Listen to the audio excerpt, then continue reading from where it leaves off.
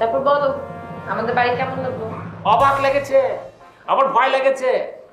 এত বড় বাড়িতে তুমি থাকো কি করে? চোর ডাকাত ঢুকে তো সব চুরি করে তোমার নিয়ে যাবে।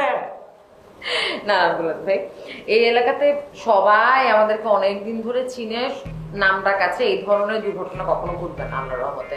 আচ্ছা তুমি কি মনে করে ঢাকায় আসলে সেটা বলো। যদি বলি আমি তোমাকে দেখার জন্য ঢাকায় এসেছি, তুমি বিশ্বাস করবে? কেন বিশ্বাস করব? যে মানুষ আমাকে ফোন করে না, আমাকে মনে রাখে না, সে আমাকে দেখতে চলে এসেছে।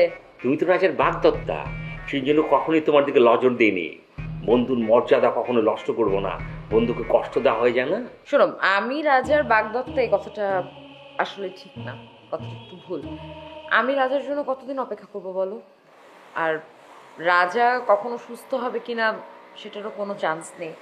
আমি একটা নতুন সিদ্ধান্ত নিয়েছি, আমার জন্য বিয়ের কথাবার্তা চলছে আর কি, পাত্রও পছন্দ করেছে। হায় হায়, এটা আমি কি শুনছি? আমি তো বিরাট মিস করলাম। মানে আমি যখন তোমার সাথে হাজবেন্ডের অভিনয় করেছি, মানে বিশ্বাস করো তখন আমি ভিতরে ভিতরে ফিল করছিলাম তুমি আমার অরিজিনাল বউ। মানে যখন তোমার সঙ্গে আমি অভিনয় করছিলাম তুমি আমার বউ হয়েছিলে। কি মানিয়েছিল দুজনকে, যেমন জামাই তেমন বউ। ওই সময় আমি একবার বলতে চাইছিলাম, বলতে পারিনি। এই তো ভুলটা করেছো, বলনি কেন? তখন বললেই পারতে। আমি তো চেয়েছিলাম পুরাতন কোনো বন্ধুর মধ্য থেকে কাউকে জীবন সঙ্গী হিসেবে বেছে নিতে, কিন্তু সেটা তো আর হলো না। কোন চ্যাংরাকে বিয়া করছো, তাকে কি মানা করা যায় না?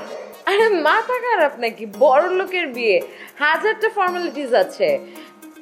দাওয়াত দিব, দাওয়াত দিলে এসে বিয়ে খেয়ে যেও। রাজার পরিবারের লোকজন জানে? হ্যাঁ জানে তো, সবাই জানে। ইনফ্যাক্ট কুসুম আর শিউলি তো আমাকে মানিয়েছে এই বিয়ে করার জন্য।